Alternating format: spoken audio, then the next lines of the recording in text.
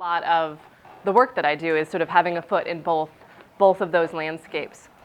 And so, like I said in my infomercial, one of the primary questions I get all the time is basically like, what is naturopathic medicine? What is it that you do? And I spent 4 years in medical school, postgraduate, training for naturopathic medicine, trying to learn what is naturopathic medicine. There's no way I can explain it in 30 seconds, 10 minutes, or even 4 years, right? But I wanted to take the time today to go through the 6 founding tenets of the naturopathic profession as basically the kind of guiding framework that all naturopathic doctors practice under. So principle number 1, first, do no harm, right? We've heard this in other health and wellness as well. This is a really important aspect. To me, this means 3 different things. 1, don't do something that's gonna actively hurt somebody, right? Pretty straightforward. Number 2, though, is knowing where your limits are, right? Understanding that as a naturopath, I'm not going to try to do surgery. I can't prescribe medications. So when somebody's condition is severe enough, I need to refer that person out to the appropriate place, because that would be harmful if I withheld that sort of information. And there was something else I wanted to say about that. Oh, yes, that the other aspect of doing no harm is implementing an intervention that is the lowest invasiveness for the highest level of impact. So to me, this is, don't launch the nuclear bomb if the hammer is going to do, right? So do no harm first. Second of all, second tenet is the healing power of nature. This is where naturopathic medicine gets into a little bit of philosophy, a little bit of a framework around how we view the world. So this is all about tapping into that innate healing ability within all of us, within all living things. That's the dandelion breaking through the concrete. That's the, you cut your arm and it heals. You don't actually have to do anything. That healing power of nature, we really want to tap into that and support and nurture that aspect of life. I see life very much as life and health as an emergent phenomenon. In the appropriate environment, health arises. You don't have to do anything, it just arises. And so the way that I implement this aspect in my practice is about removing the obstacles to the cure, right? If somebody is doing certain behaviors, lifestyle behaviors, or getting in their way somehow to health, I want to remove those barriers so that health can just emerge. So that's principle number 2. Principle number 3 is treat the root cause, right? This is all about addressing what's underlying, not just like Payal was saying. I think a lot of your practice is probably very similar with these ideas as well, is really getting to the root cause. Let's not just put Band-Aids on symptoms. Don't just take the battery out of the smoke detector and let the house burn down. Really get to the root cause. So a common example I see in my practice around this is somebody comes in with symptoms. I'm tired, my hair is falling out, I'm kind of depressed, I'm gaining weight, and what's going on? Do I just want to give them, caffeine and stimulants and say, here, more energy? No. Why are you tired? For example, their thyroid is off. Maybe it's because they have a thyroid condition. Okay, great, your thyroid's off. Okay, so why? Why is your thyroid off? Dig deeper. Okay, often it might be because there's an autoimmune disease, because the immune system is attacking the thyroid. Okay, so there's an autoimmune disease, there's antibodies, but why? Dig deeper. Well, maybe it's because there's some sort of underlying inflammation. There's some sort of immune system imbalance that's fueling this inflammatory response, creating these antibodies. Okay, well, why is there that? Right? We're digging down to those deeper root causes so that as we address those underlying issues, which often get us back to the core aspects of health, diet, sleep, lifestyle, exercise, behavior, all of these foundations of health, as we address those, then again, health emerges. So that's number 3. Number 4 is treat the whole person, right? You're not just your lab test numbers. You're not just your symptoms. You're not just a, list of problems. You're a whole person, right? You've got these concerns, but you also have a family and demands there. You also have stress. You also have relationships. Oh, and then you're not sleeping, right? We have to address all those pieces, because if all of the aspects are not addressed, then it's not going to work as well, right? You're going to be missing pieces. So that's number 4. Number 5, one of my favorites, is doctor as teacher. The Latin root for the word doctor comes from docere, which is to teach. And so I implement this in my practice as educating people on their health, right? What is going on? I think so many times I'll go through a simple explanation describing somebody's condition, and they've had this for years and say, this is the first time somebody's told me this.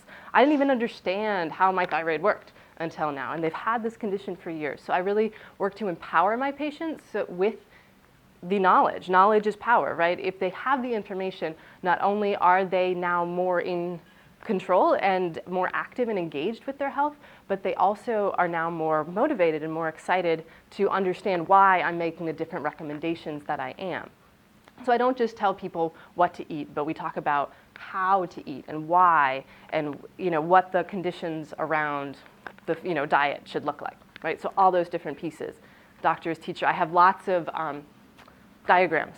I'm kind of a nerd when it comes to chemistry and the pathways in the body, so I actually have laminated in my office, I have half a dozen or more of them, of different pathways, biochemical, physiology pathways, and I pull them out and I lay them on the table and I mark them up with my pens because I really want people to understand. And as a side note, this is just my fun side, is that doing that, I've been cultivating the skill of writing upside down because I sit across the table from somebody, right? So I put it there and I'm trying to write it to teach them, and I'm now basically able to do that, and my writing is so that they can read it. So that's a fun skill for me to learn in the middle of it all. And so doctor as teacher. And then the last founding tenet of naturopathic medicine is prevention, right? This one is definitely something that we all have a sense of, right? We want to prevent the bad thing from happening before it does, because it's always easier to stay on the right track than it is to, pick everything up and clean up the mess after it's already happened. And this is often a place where we need to build that sense of motivation and empowerment. Often people aren't aware what they're at risk for until it happens. So by empowering with knowledge and getting people to understand how they can do simple things, day-to-day things in their day-to-day life, that can help to prevent these, future things down the line, heart disease, cancer, Alzheimer's. One of my teachers in naturopathic school, to get us students to really think about this, he challenged all of us, this is not in a morbid way, but he challenged us to, when we had a patient come in to work with us, to think about, what is this person going to die from, right? Even if they're young, right? They're 23 years old, they walk in, look at their family history, look at their conditions, and just consider, what's going to get this person? Is it going to be heart disease? Is it cancer? Is it going to be a stroke, right? And to start treating that or start working to prevent that now, because that is going to give them so much better of an outcome, right, when they have all that time in their life. So really just to consider where somebody's health trajectory is going, and then working to shift it sooner so that those bad side effects or bad consequences don't occur. So those are the 6, right? I'll just go through them one more time. First, do no harm. The healing power of nature, really tapping into that philosophical or artistic side of things as well, really supporting life to emerge and health to emerge. Treat the root cause, treat the whole person. We've got doctor as teacher, and we've got focusing on prevention. Those are the 6 principles in which I have founded the foundation of my practice, and I use all of those in every visit when I work with people in order to guide my treatments and my interactions with them. So at this point, I'd like to open it up for questions, and hopefully you learned something. Yeah. So for preventative care, yeah. How often do you meet with someone, or what's the recommended? It's a great question. It's a great question. It varies person to person, of course. There's a lot of individualization that goes on. But for a prevention, or sort of what I would think of as maybe a wellness type visit, somewhere 6 months to a year, kind of every 6 months to a year. Often there's seasonal changes, so it's sometimes good to be able to check in, every 6 months rather than once a year. But often what I find is people who come in looking for wellness, as we talk, I identify and we kind of identify together some things that they want to improve and work on, so that we end up actually turning that initial wellness visit into working deeper on those, prevention ideas, or, they realize as they're talking, oh, wow, yeah, I am kind of tired, and oh, yeah, I am having, these allergies or whatever it might be, and they realize they want to work on them more. But like visits every 6 months to a year is usually a good way just to check in, make sure things are on the right track, make little tweaks, get questions answered, that kind of stuff. Yes? What do you think of as leading someone to say, I could use a naturopath at this point? Why would we refer someone to you? What's the It's a great question.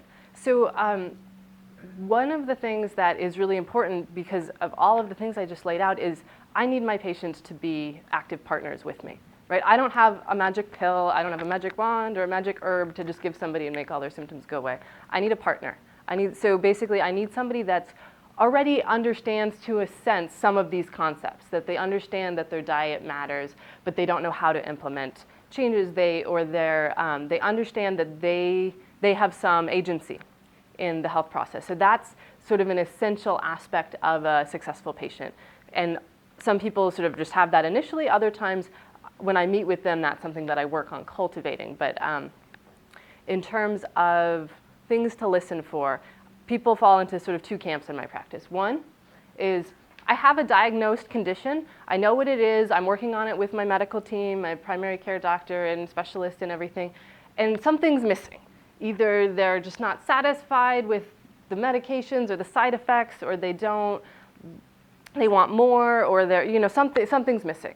And so I can be a great addition to that team, especially if they are feeling like they want more information, more communication, more attention, right? That can be a great, so that's one group that finds me. So again, listening for somebody who is mentioning something about their health condition and maybe their dissatisfaction with their current team, missing a piece.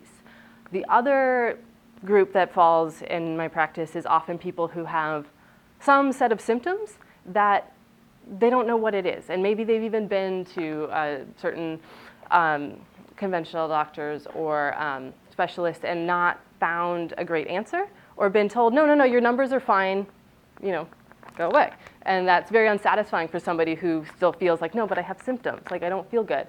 And so that's kind of also one of the places where my practice spans a little bit of the gray area between, what's a diagnosable disease, draw a line, put a code and a capital letter on it, and what is actually health, right? There's a big spectrum in there. So somebody who's more in that gray area, who's generally well and functioning, but maybe wanting to optimize a bit more, or wanting kind of a deeper perspective on some of those symptoms. So that's kind of the other one. What is this type of service covered in insurance, or what's kind of the trending now? Because I know acupuncture service is kind of covered, Obamacare. Yeah, that's a great question.